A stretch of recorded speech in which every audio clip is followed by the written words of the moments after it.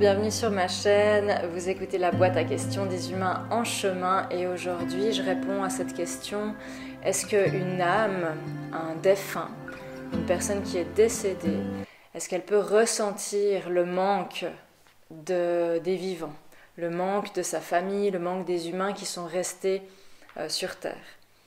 Alors non, une âme, une vibration, une énergie qui se désincarne, elle retourne dans une dimension, un espace, un endroit où il n'y a plus aucune soumission à la séparation. Donc il n'y a absolument aucune séparation puisque dans tout ce qui est, elle revient dans tout ce qui est, dans cette grande énergie, dans cette grande manne universelle. Et il n'y a absolument plus que cet amour, en fait, qui est la source de toute vie, qui est la création de tout ce qui est. Et dans cette haute vibration, on ne va plus être soumis aux pensées, aux émotions qui proviennent de la densité de notre corps humain, de tout ce qui est engendré par l'incarnation.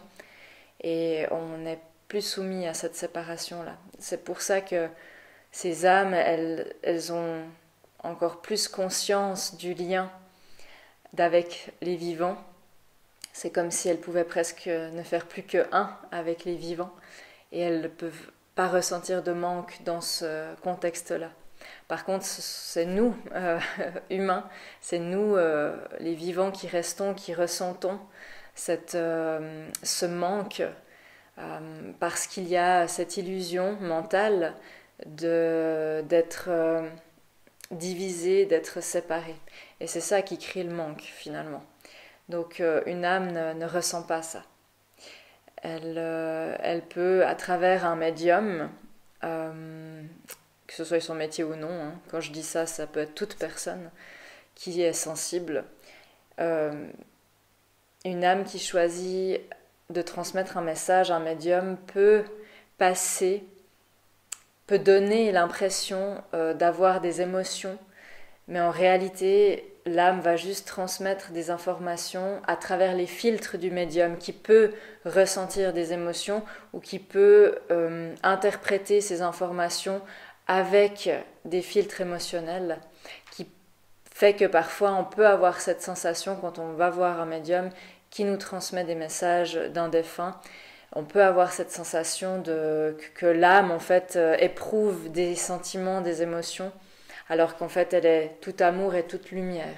Mais c'est grâce à ces informations qu'on peut prouver à la personne qui le demande, à la famille, aux amis, etc., à l'entourage de la personne décédée.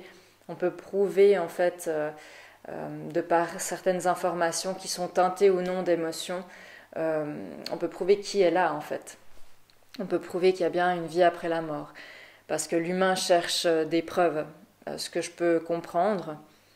Mais dans un sens, bientôt, je pense qu'il n'y aura plus besoin de ça parce que chaque personne pourra, en se connectant à soi, être consciente de ce qui est invisible aussi et pourra tout à fait ressentir la présence de ces défunts et des messages qu'ils ont envie de transmettre sans forcément passer par un intermédiaire qui va tenter de vous prouver l'existence de l'énergie qui se présente et qui est là pour transmettre des messages.